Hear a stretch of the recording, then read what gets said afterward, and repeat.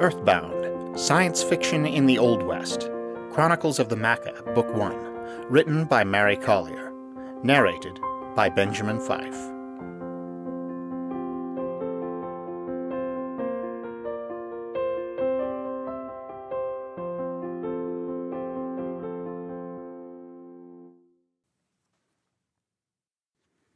Chapter 1. Hunger. The crowd surged forward, waving their clubs and staves.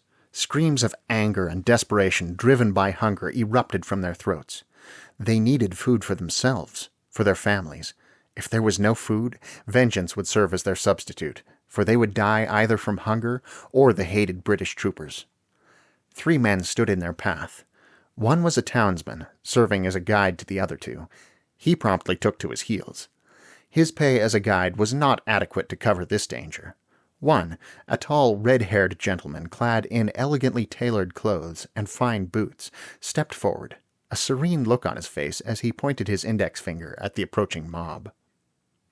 The other was his servant, a huge, dark-haired youth, dressed in dark clothing. He stared at the mob and began to edge backward, his fists curling and uncurling. "This is folly," thought the youth. "There are too many. Even my great strength will not stop them." The man, pointing his finger at the mob, realized too late that his mind could not penetrate any of the people in the foreground, and a puzzled look came into his eyes. He sent his mind swooping among the crowd until he found one that he could control. "You are to attack the person next to you," his mind commanded. The mind command was too late. The man given the mind instructions stopped, drew back his club, and began swinging it viciously at the man next to him. The crowd moved forward and knocked him down. With a roar, the angry men attacked the red-haired, finely dressed interloper with the strange copper eyes. Screams for food and yells to look for his purse came from some of the group. Others took after the youth, fleeing down the road. They were too weak from hunger, and the youth too strong and long of limb. The youth stumbled into the pub where they had lodged and gasped out his tale of a master dying. A man was dispatched to inform the local priest. The priest then sent message to his lordship. By late afternoon, a group of men on horseback arrived at the country lane and recovered the stripped and mangled body of the stranger. The body was returned to the village, and his lordship sent a trusted man to speak with the youth named Llewellyn. To no one's surprise, the youth was gone, and the room vacated. "2 strangers they were on a strange quest," the pub owner assured the lord's servant. "They had questions about whether a different red-headed man with copper eyes and a golden ring around the pupils had been here. The man asked about the local cemetery. Wanted to check out the tombstones, he did. His gold was good, though. The gentleman's servant had a strong accent. He's probably from across the water."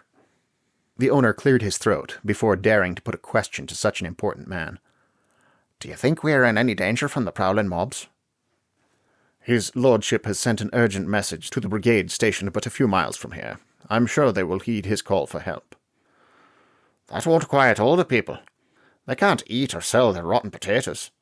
The pub owner understood why the hungry mob prowled this part of Ireland. Still, it was worrisome. "True, but 1842 has to be a better year for crops than the last 2. We'll have protection until then. Let us know if the young servant returns." He turned and left the smoky establishment. "He's probably run all the way back home, or took a ship for the New World." The last was muttered by the owner.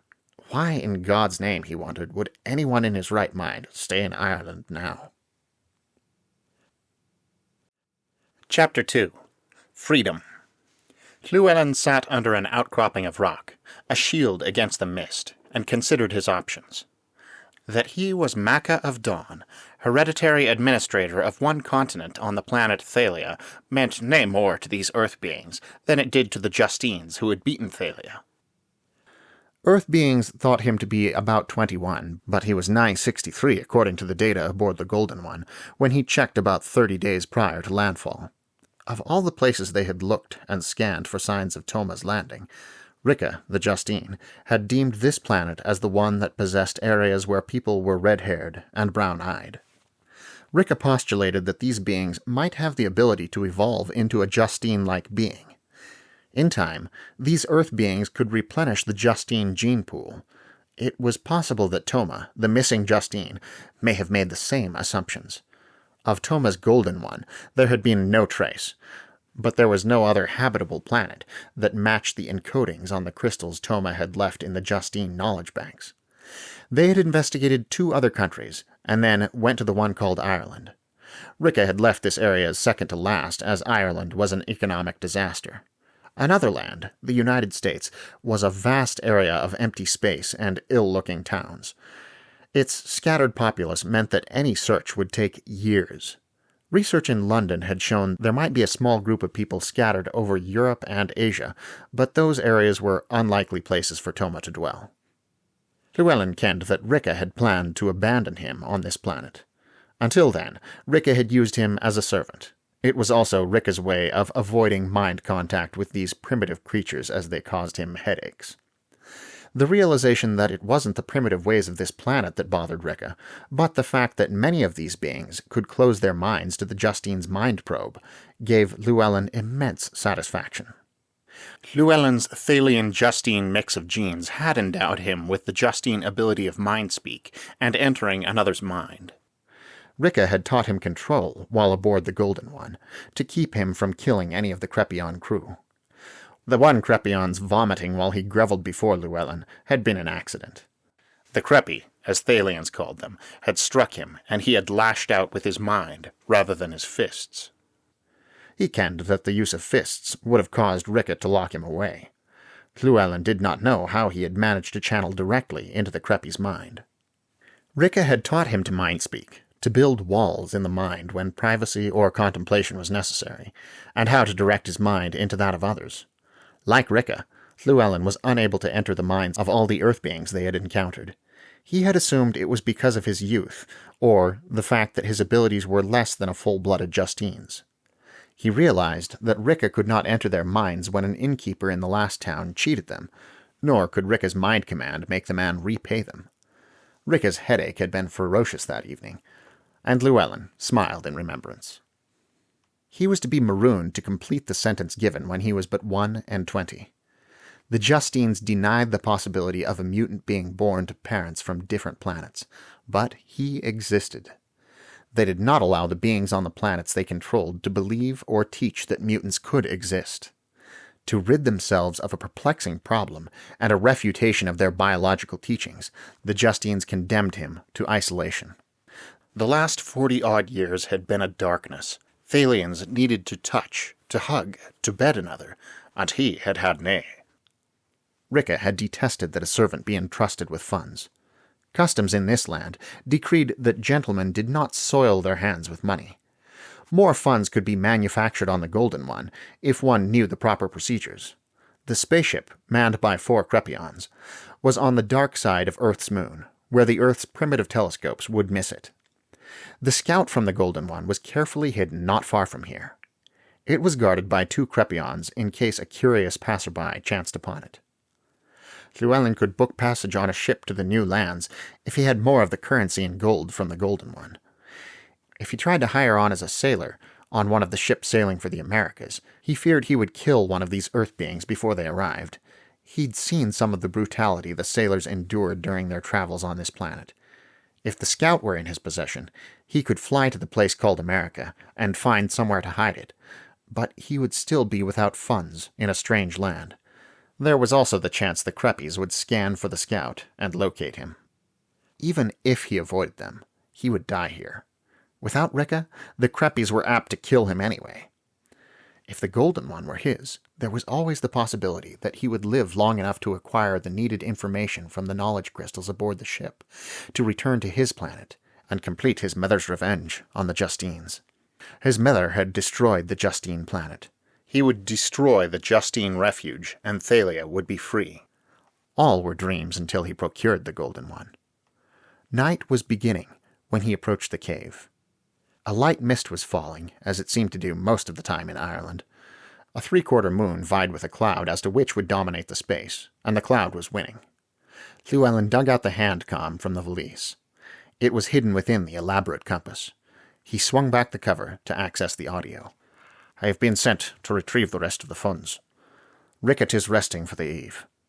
It must have sounded plausible, as the high, sharp, quick-speaking creppy named Aloyed answered. "You are to wait outside. One of us will bring it to you." The calm was silent. Within 2 minutes, the voice was back. "Why did not the golden Ricca appear?" "I told ye, it is resting. The primitive thoughts of the populace wear on his mind." Again the calm went dead. The bushes parted, and the creppy appeared, glancing in all directions. He dared not let Earth beings see his greenish-brown facial skin, with scales on his cheeks. He wore the usual tight-fitting garb of a space being, but as a Crepion, his uniform was light green. "This is the last of the currency and gold we brought with us. Did the Great One say if we should order more?" "Aye, that he did, as we have discovered nae trace of Toma." Llewellyn reached out, as if to take the proffered valise, and instead grasped the creppy by the head and neck and twisted. Aloyed died without a sound. Llewellyn plucked the weapon from the creppy's holster, lifted the inert body, and carried it back to the scout. Quayton appeared in the doorway. "What is wrong?" "Catch." Llewellyn tossed the dead body to Quayton. As Quayton staggered and fell, Llewellyn reached out and snatched the slight body towards him. A swift twist of the neck, and the body of Quayton joined Aloyed's in the back of the scout. Llewellyn retrieved the valise before he entered and sat in the navigator's seat. He waited for an hour as darkness closed over the earth before soaring upward. Most of the populace below slept at night and would not see the golden streak rising from earth. 2 of the creppies aboard the craft would also be sleeping, for they worked in shifts. There was no way they would disappoint Ricca in caring for the golden one. It was possible that 3 were sleeping, as there was no danger from an Earth space vehicle. Upon docking, he left the bodies inside the scout and hurried to the lift. A faint bluish glow emanated from the curved walls and floor. He was surprised at the clacking noise the Earth shoes made on the metal flooring. Once in the lift, he removed his shoes. Silence was essential, as he had decided to take control of the command center first. The awake creppy or creppies would be there. If the creppies had been alert, they should know that someone had returned in the scout, but no one had sent out a voice request. It was as though the Gar his people named as creator blessed his efforts. A surge of triumph went through Llewellyn as he entered the command center and saw the sleeping creppy hunched over the control panel. Revenge was sweet as he twisted another neck. That was for all the suffering the creppies had inflicted on Thalia, and damage they had done to his elder Lamar when they shrunk his right arm and took his seed. With a set face, Llewellyn marched down the hall towards the sleeping quarters. The bluish glow from the walls was dimmer here, as though providing less light would simulate night. One of the creppies had boasted that his father died, trying to prevent Llewellyn's mother, Luella, from escaping the asteroid. He had taken particular delight in making Llewellyn's existence miserable and bringing false allegations against him. Ricca had silenced him. A Justine knew when a Crepion lied. None of the 3 rooms were locked. Llewellyn entered each room and performed the physical act of killing the others. He wrapped them in their blankets and grabbed 3 extra blankets before carrying them forward. The body in the command center he wrapped in one of the blankets. He would need to clean in here, the rooms, and the scout. He did nae care. He had time. Soon all 6 bodies floated outside to tumble downward and burn as they entered Earth's atmosphere. Ricca had taught him how to fly the Golden One within a gravitational orbit, but not the necessary math and system usage to chart star paths. He was trapped until he acquired the knowledge to fly among the stars. He and the Golden One needed a haven where this violent planet would nae destroy it. A place that was quiet and away from prying eyes and curiosity seekers. He crisscrossed the planet, letting the geological scanners probe underneath. Then he fled behind the moon, while the data downloaded, and he slept. When he awoke, he would find the best areas, and then begin the process of selecting one to bury the ship, before beginning a new life. He realized it would take weeks, possibly longer, to hide something as large as this craft. Creating a new life would take even longer. Chapter 3. The Mountain Man. Zebediah L. MacDonald surveyed the wooden shack and pushed his hat back on his dark, straight hair. Like many of the buildings in frontier America, the ramshackle building was composed of logs, flat boards, and stone. The builders had used clay for mortar, and then the clay, flat boards, and chimney had been whitewashed. Why one of the fierce storms of wind and rain had not demolished the place would remain a profound mystery. A weathered, carved sign proclaimed "Tavern," painted in faded black letters. The N was almost obliterated by a wide crack. Perhaps they twill have a brew, he thought. That thought was strictly optimism. Americans seemed to prefer whiskey or rum in these wild lands. He heard shouts from within as he tied his reins to the hitching rail. "Damn Dutchman, you all had that king palmed." As he stepped through the door, he blinked his eyes at the smoky darkness. 4 men were sitting at a lopsided table playing whist, and the blocky man with the long blonde hair was speaking. "Like hell. I don't need to hide a card when playing mit Dummkopfs like du." The sandy-haired man jumped up, his hands throwing the table towards the last speaker. As if on cue, the other 2 had risen and moved to the side, extracting their bowie knives. They were tall, rangy frontiersmen dressed in homespun. The man they were attacking was shorter, barrel-chested, and stocky. He was dressed in buckskin and moccasins. He proved nimble enough to avoid the table and pulled his own bowie knife. He crouched, his arms slightly extended, and his eyes turning hard. For a moment the 3 men stopped, surprised by his swiftness. Then they separated to come at him from different sides. MacDonald took one look, shrugged at the thought of missing the chance for a brew, and stepped behind one man. His knotted fist crashed into the man's head, and the man crumbled to the floor. The man at the bar was shouting, while waving an old flintlock at them. "Get out, you bastards! Get out! You all can't wreck my place!" The blond man in buckskins was leaning forward to swipe at his opponents. One attacker moved in with his longer arm reach. The shorter man whirled out of the way, turned and drove his knife into the man's side, raking the knife downward and turning to meet the next man. He straightened and stared. The next man was kicking and turning red-faced, while a giant of a man had him around the arms and was squeezing the air from his chest. The other man was stretched out on the floor. The owner of the place now had his flintlock aimed at the giant. His bowie knife went sailing through the air, straight into the owner's shoulder. The flintlock jumped upward, and the ball pinged against the ceiling beams. Then the ball and bark chips fell to the floor. The roar from the musket, however, caused the giant to turn and drop the man he had been squeezing. "He appears to be in on the scheme to rob ye." Surprise mingled the rumbling voice of the giant. "Ja, sure, probably hired them. Du mit them?" "Oh, nay, I was about to purchase a brew." The blond man shook his head. "Damn fool, du could have been killed." Who was holding a dirty towel against his shoulder and trying to find another ball to ram into the flintlock. The mountain man yanked the flintlock out of the man's hand and his knife from the man's shoulder. A scream ricocheted around the small room. "I'll leave this outside. Du can worry about your friends." He jerked his head at the 3 in various states of consciousness. To MacDonald he said, "If du ain't mit these fellows, du best come mit me." Something about the hard blue eyes, the competent warrior's stance, and the male self-assurance seemed to win the big man's respect. He nodded at the wounded owner and followed the man outside. "Do you know this country?" "Nay, I have but arrived." The man snorted. "Thought as much dressed like that. Do look like some city boy looking for adventure. We ride for a while, then we can introduce each other." They pulled up under a grove of oak and ash trees near a large, rushing creek that was swollen from a summer rainfall. The blond man rode a sturdy brown horse and led 2 mules packed with traps and camping paraphernalia. He dismounted and tied the reins to a tree trunk, and MacDonald did the same. For a moment they eyed each other, and then a browned hand streaked out. "I'm Herman Rolfe, and danke. Thank du. 1 against 3 was too many." A smile lit his face and eyes. MacDonald's brown eyes filled with amusement, and he returned the smile as he shook hands. "I'm called Zebediah L. MacDonald." How he wished he could have used Llewellyn, Maca of Dawn, but that must stay as hidden as the Golden One.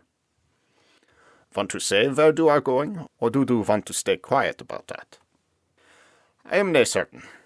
I had thought about going to Texas. They say 'tis a good place for a man." Do you know how to cross Injun country?" "I have a map I bought in St. Louis." For a moment, the blue eyes regarded him. "You are going to get yourself killed, boy. Let's jaw a bit." He sank down on his haunches, and MacDonald followed suit. Rolf grabbed a twig from the ground and used it to draw a crude map. "We are about here. To get to Texas, you have to go through Missouri and Indian Territory, or Arkansas. Then, depending on where you go through parts of Texas that ain't settled yet. There's Kiowa, Osage, Platte, Choctaw, Cherokee, Comanche tribes, and Apache. All of them raid for horses or any other damn reason. Most of the Cherokee are more like us, but there's always a wild bunch. If they stop you, they'll want something to let you pass, or they'll take your scalp and your horse. They could do that anyway if you don't know how to avoid them. Then there are men who run from the law. Some are dangerous, some just want to be left alone." He did nae have the Thalian warrior training for being among primitives. Nae did he ken this land, but the Golden One was buried deep in the earth of Texas. He had spent months searching for a place, and then more months enlarging a tunnel and cave to house his spaceship. All of the excavating was done at night, away from the prying eyes of anyone that might ride through the area. He had seen no one. It seemed to be a vacant land, but this man was telling him there were inhabitants. He had taken one of the scouts and hidden it near a small city. There he had purchased clothing that didn't fit. Llewellyn changed his name and rented a room before he hired a woman to sew him trousers and shirts. She also knitted socks, and a cobbler made the boots he was wearing. Only then did he buy a horse, saddle, and equipment that the store owner said he would need if traveling alone across the plains. Somehow he had to possess the land where the Golden One rested below the earth. Rolf looked at him. "Me, I'm a fur trapper. I'm heading back up towards Fort Laramie. Once it's cold enough, I'll start laying my traps. That's why the 2 pack mules. My partner won't go again as he got married. I'll teach you how to trap and survive. Do get 10% of their profits." "I'm grateful for the offer, but I have nae kenning of how much that is, or how long this would take." "It depends on the market for furs. This year not so good, but I made enough to put away about $1,000. That's after we split the take. That means you would have about $100 or more." "How long does this take?" He remembered how rapidly his funds had dwindled. "About 6 months." "That would be but $16 per month." The blue eyes hardened. "Yeah, but that's a damn good wage, and I supply the equipment. You might stay alive and learn how to survive. I teach you how. The only ones better than me are the Injuns, and I provide grub." He saw the frown on MacDonald's face. "That's food, boy. Don't you understand American?" "It seems I dinna ken what you said. Nae do I ken what wages are here." Rolf sighed. "If we make a good profit and do learn fast, I'll up it to 15%. But do buy the coat and blanket you will need. Once we're out on the prairie, I can kill a buffalo. If there's time, we'll tan it enough for making a warm tent." His words left MacDonald's mind reeling. This man was one who would not let MacDonald's mind into his. It was obvious if he were to get back to the spaceship, he needed money to survive, and he needed to learn the ways of men in this land. "That 'tis much fairer. I shall earn that 15%. He grinned, and they both stood. "We shake on it now." Neither man tried to show their strength in the grip of shaking. Rolf, because he knew the big boy, was stronger. MacDonald did not, because he did not need to prove what was obvious. "I'll teach you Deutsche, too. That's German in English," he grinned. "Now, we ride to the next town where you can buy the things you need. I'll make sure they don't cheat you." He hesitated a moment. "How about I call you Mac? It sounds better than boy if you working with me." "Aye, it does sound better. Someone is apt to laugh if you call me boy and I'm towering over ye." Rolf broke off a chew and plopped it into his mouth. "And to buy your own tobacco." Chapter 4. The sound of terror in the horses' whinnies and mules' braying brought the sleeping men to their feet. MacDonald and Rolf had camped with another group of free traders heading into St. Louis. It had been a disastrous year for trapping. The danger of a larger group from the fur brigade stealing what few furs they had was real. They intended to sell the furs directly to the American Fur Company in St. Louis. They had found an abandoned squatter's cabin on the edge of western Kansas. It took minimal work to make the fence sturdy enough to hold their animals. The fear of losing their horses and mules added swiftness to their movements. Men were grabbing their clothes and at their loaded rifles when Rolfe noticed a Kentuckian reaching for the door. Don't open that door. It could be anything from Injuns to bears. Wait till we are ready. He bent to pull on his moccasins when the blast of cold morning air hit him. "It's Mac," someone yelled. "He's gone loco. It's a damn grizzly out there, and he's got nothing but a bowie knife." Rolfe pushed the others out of his way to get to the door. There were no windows in this cabin. One look, and Rolfe stopped. MacDonald was almost to the grizzly, his long legs cutting the distance in that peculiar, rolling, bear-like gait. He had on nothing but his underclothes and moccasins. The grizzly had its back to him as it tore at the fence rails, pulling one board loose and then another to get at the stock. It stood a bit shorter than MacDonald's 6'9". He leaped the remaining distance to land on the grizzly's back. MacDonald grasped under the open mouth and ran the knife across the middle of the right side of the throat, towards the back of the neck. The grizzly roared and tried to claw at his right side, then at the left. MacDonald had released his grasp, but the claws still raked at his arm. Blood gushed from the grizzly's jugular vein. The wind and turning grizzly spewed blood in all directions.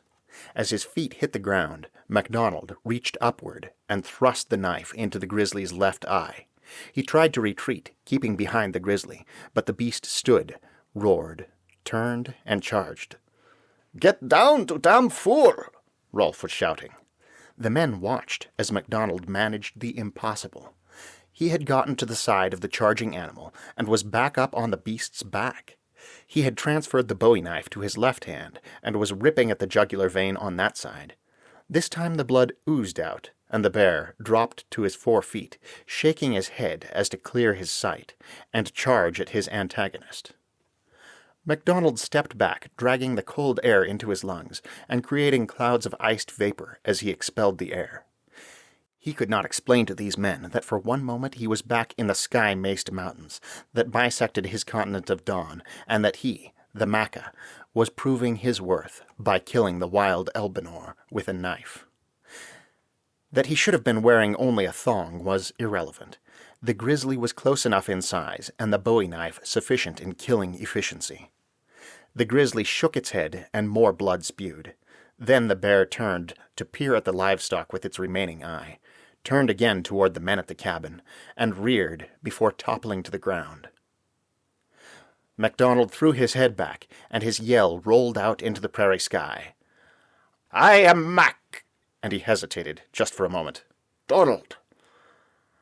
"I am Maca," screamed in his mind. He bowed to the beast on the ground, and walked back towards the cabin, and the wide-eyed men staring at him in awed disbelief. "Too crazy, Mac. Why didn't you let me shoot him?"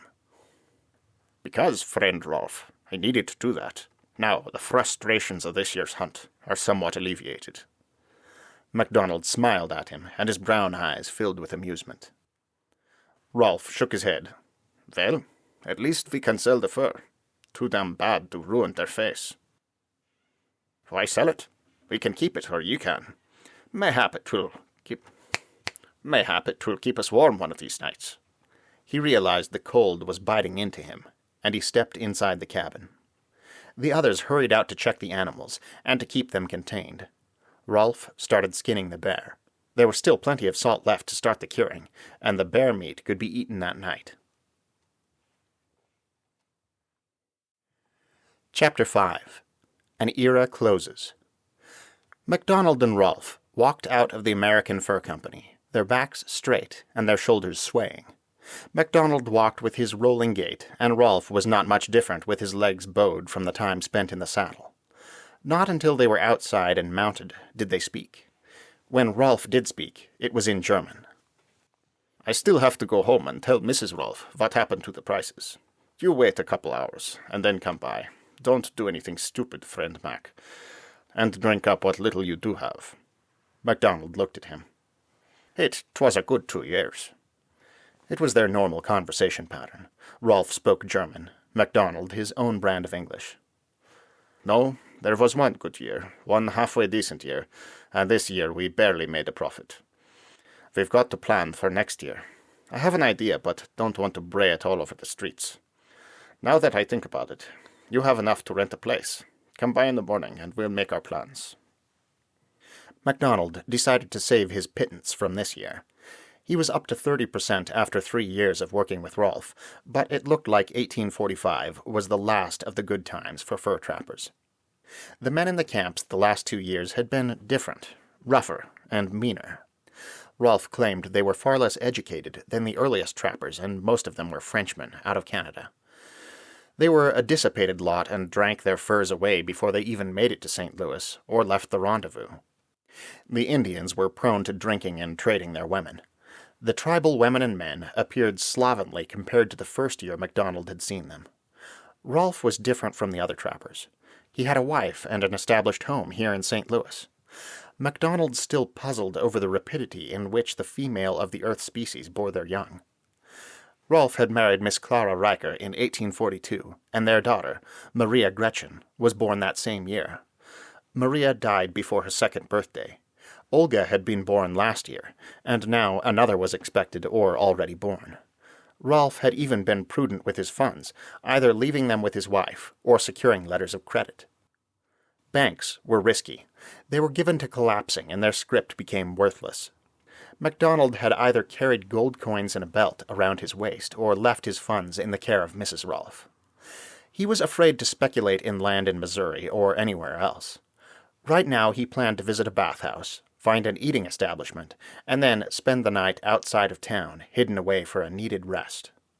The hotels would be bed-bug infested or filled with people ready to take what funds someone dressed as a trapper might be carrying. Sharing a bed with a snoring, farting, probably unwashed stranger did not appeal to his Thalian sensibilities. The sun was well over the eastern horizon when MacDonald knocked on Rolf's door. Rolf opened the door with a wide grin. "Welcome, friend Mac. Frau Rolfa is in bed with our son, and the midwife is still with her. As soon as they wake, I'll introduce you to Martin Luther Rolfa. Maybe he will be a pastor or a rich merchant." "I rejoice with ye." MacDonald used the formal words of Thalia. "'Twould ye rather I come back tomorrow?" "No, with another mouth to feed, I need to make our plans. I think with all that has happened, this will work." He continued speaking as he closed the door and led MacDonald into the small kitchen. "We will become traders out of here and Santa Fe with a route clear into Texas." "But Texas might go to Spain. I heard men discussing that it would be a protectorate under Britain." "The South won't let that happen. They want Texas for a slave state. Once it becomes a state, we won't have to pay the country of Texas anything for trading there. There are German communities in the state, and they would welcome us. Are you ready for a cup of coffee, Mac? There's some damn good coffee cake a neighbor brought over. Then we can look at figures. We'll need 1, maybe 2 wagons. If we have 2, we'll need to hire 1 or 2 men." "Aye, to the coffee and the treat. I dinna ken about selling merchandise till I see your costs, and what we twill be selling. It sounds risky. Mayhap we should do more trapping or join the army. If the Union takes in Texas, there may be war with Mexico. They twill nae like it." "The army doesn't pay enough to live on, Mac. But they need supplies. That's where an established firm would make more money." "Are there nae traders there?" "Yeah, but they can't fight off marauders like we can. Some might know the country, but it's always an iffy business. If we get lucky, we can become rich. Then I'll move Mrs. Rolfe and the family to Santa Fe or Texas. That way we'll see each other more often." "What kind of merchandise do we sell? Do you ken about keeping accounts?" "We sell doodads for the ladies, blankets, fabric, some whiskey, some guns and ammo, some beads for the tribes we've run into, and maybe some metal pots and pans. First, we go see what other traders are buying. That will tell us how we need to plan. Don't want food goods.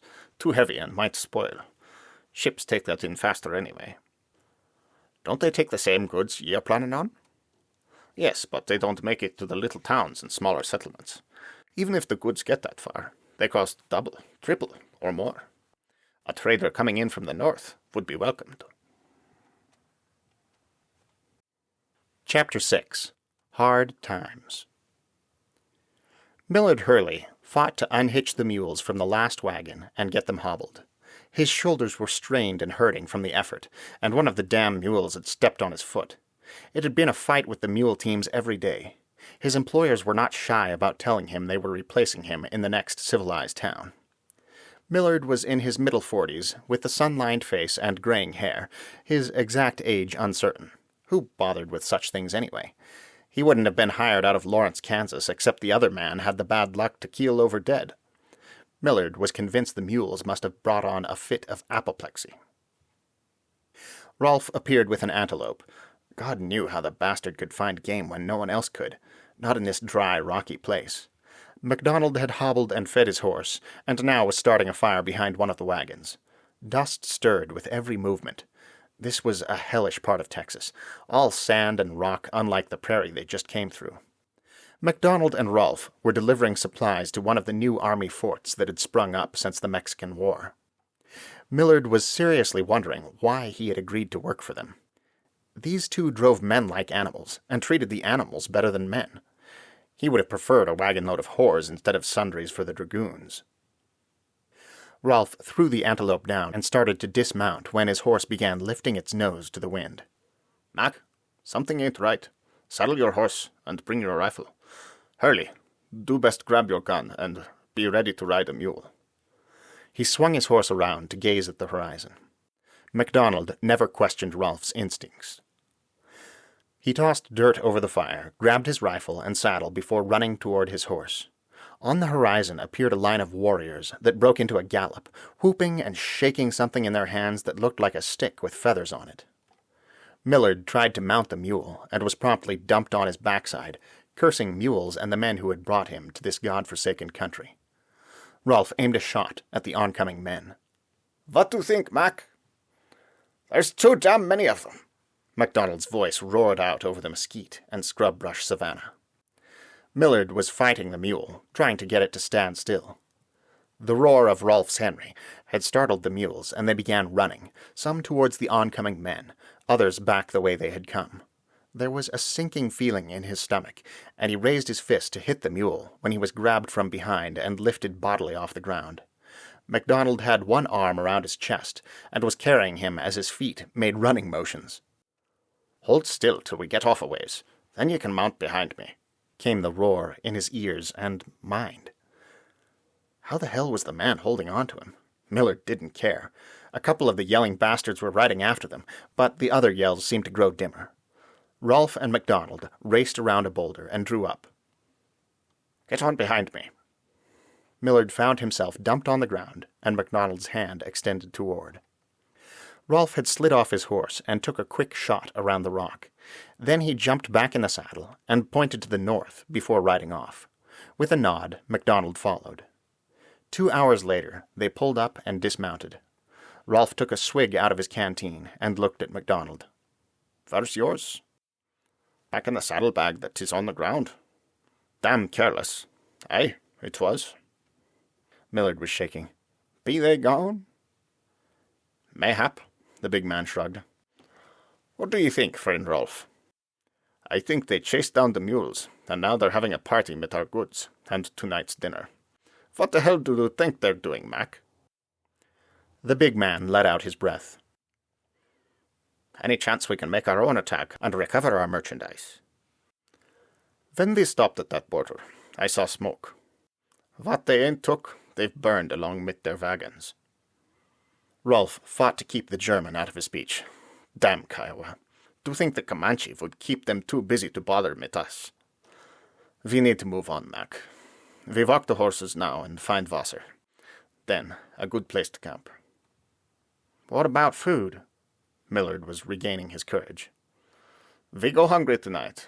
No fire, and don't complain. Do damn lucky to be alive.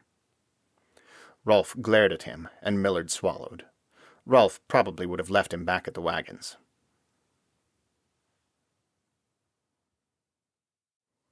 Chapter 7. Friendship and Gold. MacDonald and Rolfe sat near a small campfire. Their one meal of the day, a small, skinned deer, was in a pit that was lined and covered with hot rocks. A small fire burned over the heated rocks. It was an improvised cooking chamber constructed by Rolfe. Their money was gone, and the people in this part of Texas did not know them. Their conversation was low and grim. They had dropped Millard Hurley off at the nearest pueblo, a town more Mexican than the towns the Americans and immigrants had built, or were building, near their farms and plantations. They had left the hot, dry lands of Texas to the Comanche and the Second Dragoons. Here, the land was green prairie grass with juniper and scrub oak. High bluffs and red rock mountain-like hills covered with trees jutted upward from the plains. "They're busted, Mac. Do you have any ideas that will get us home alive?" MacDonald was on his haunches, and he rocked back and forth.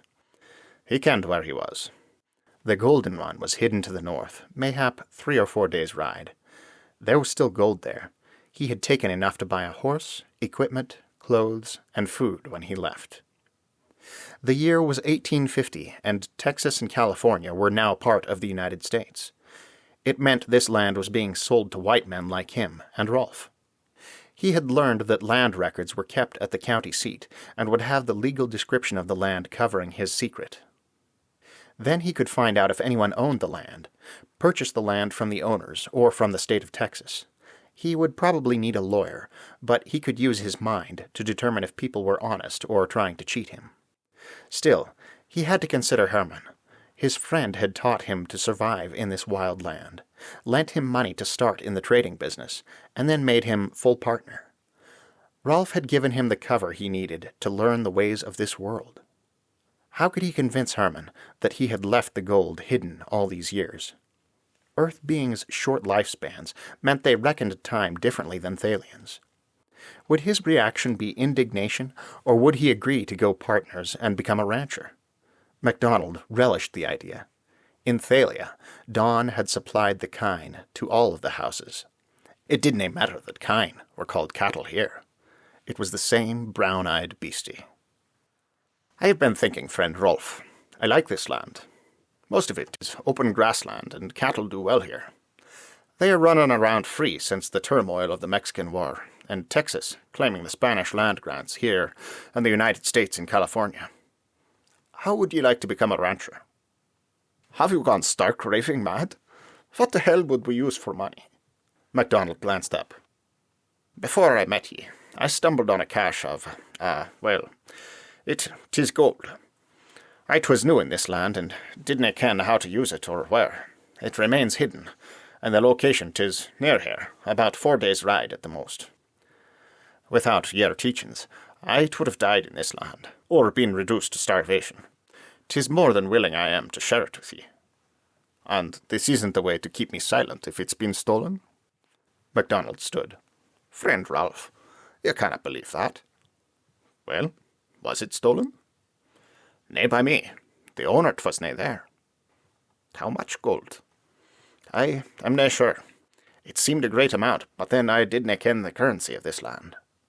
Rolfe looked at him and weighed his choices. "Coins or bars?" "They're bars, ingots, I believe you call them." "What did the marks on it look like?" "There were nae marks that I recall." "Mac, I've not been in church out here, but that don't mean I don't believe God's word. You show me this gold, and then I'll decide. I ask only that ye nae divulge its location. I have kept it secret all these years.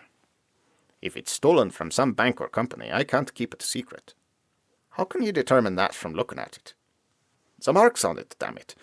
They tell where they are from." MacDonald gave a tight smile. "I told ye. There are nae marks." They had ridden for 3 days through gently swelling prairie, the grass high, green, and sweet-smelling. On the 4th day they were into the foothills of an almost mountainous area, covered with pines and scrub oak that rose above the prairie. They had ridden past a small spring in a flatter area, surrounded by trees. Damn, thought Rolfe, a perfect place for a camp. He had noted the abundance of game, wild cattle, and signs of wild horses. This was verging on perfect land for ranching. Water flowed here, and there were trees for felling, trees that could be used for building or for heat. They continued winding their way upward until they rounded a large rock and entered a small, flat area between the piles of beige and rose-beige boulders. This side was hidden from view by the tumbled rocks and hilly terrain. One small tree tried to battle its way heavenward from the rocky soil. The stunted vegetation growing out of the cracks in the rocky face looked as though they were trying to overcome some type of contamination. "This is where the gold is hidden." MacDonald dismounted and tied his horse to the tree. Rolf eyed the area and looked at him. He spewed out his chaw. "Mac, this place doesn't look natural. Everything's too stunted. Why did you even stop here? And how the hell do you intend to get into any cave?" He pointed at the large, almost round boulder. MacDonald gave a half-grin and walked to the boulder. He put his back to it, set his legs, and began to push. The boulder moved slowly, scattering the small stones that had gathered or fallen in the ensuing years, until an opening wide enough for a man became visible. MacDonald straightened and took several deep breaths. His face had reddened during the exertion, and sweat poured down from his forehead and temples. "If ye prefer to wait, I will go in and bring it back. Twill take a few minutes, as 'tis deeper than the front of the cave. Someone did nae wish it found." This wasn't a lie. He hadn't wanted anything found, and had hidden the golden one deep in the earth after finding this earthquake-free region. He had discovered the extra gold in Ricka's quarters when he searched for anything that would aid him in surviving in this alien world. Rolf frowned and swung down from his horse.